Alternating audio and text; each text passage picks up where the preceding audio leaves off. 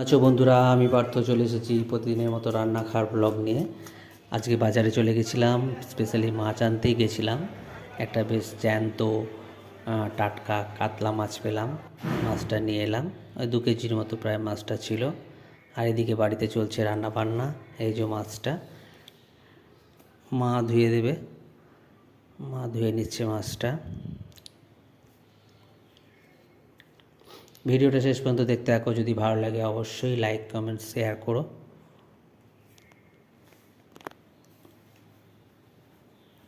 মাছটা খুবই ভালো ছিল, তবে মাছ নিয়ে এলাম ঠিকই, একটু দেরি হয়ে গেল বলে মা বললো যে না, অন্য তরকারি পাতিও সব হয়ে গেছে কাদা, তো আর মাছটা আজকে করবো না। ওই মাছের তেল দিয়ে যদি কিছু করা যায় তো করব। ভিডিওটা দেখতে থাকো শেষ পর্যন্ত। দেখি কী কী রান্না হয়েছে আজকে। কুমড়ো শাক, আলু দিয়ে চচ্চড়ি, সর্ষে পোস্ত দিয়ে আর কি। আর এটা হচ্ছে মাছের তেল, আলু বেগুন দিয়ে। মাছ নিয়ে এলাম আজকে, মা বেলা হয়ে গেছে বলে আর মাছ করলো না, তবে এই মাছের তেলটা দিয়ে আলু বেগুন দিয়ে একটা চচ্চড়ি মতো করেছে। এটা খেতে দারুণ লাগে। আর কি আছে, এটা হচ্ছে পটল আলুর তরকারি।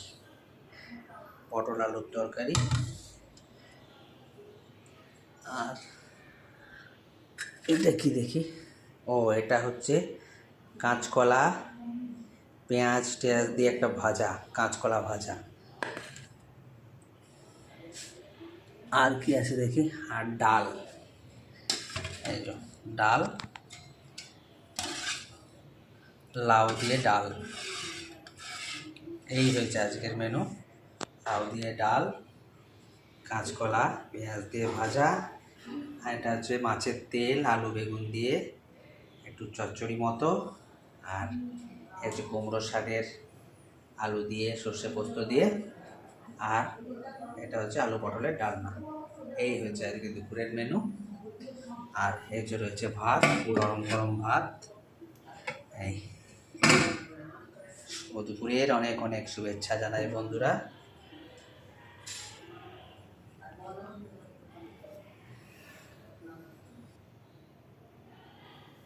এই যে মাছের তেল দিয়ে এই চচ্চড়ি মতো শাকে কাঁচকলা যে এটা হয়েছে, কাঁচকলা পেঁয়াজ দিয়ে, এটা এতটাও খাবো না, আমি আরও তুলে দেবো, কারণ আমি, তোমরা তো জানো আমার কাঁচকলা খাওয়া চলে না, তো ওই জন্য কাঁচকলাটা এতটা খাবো না, একটুখানি নামমাত্র খালি চেখে দেখবো, তুলে দেবো ওটা। আর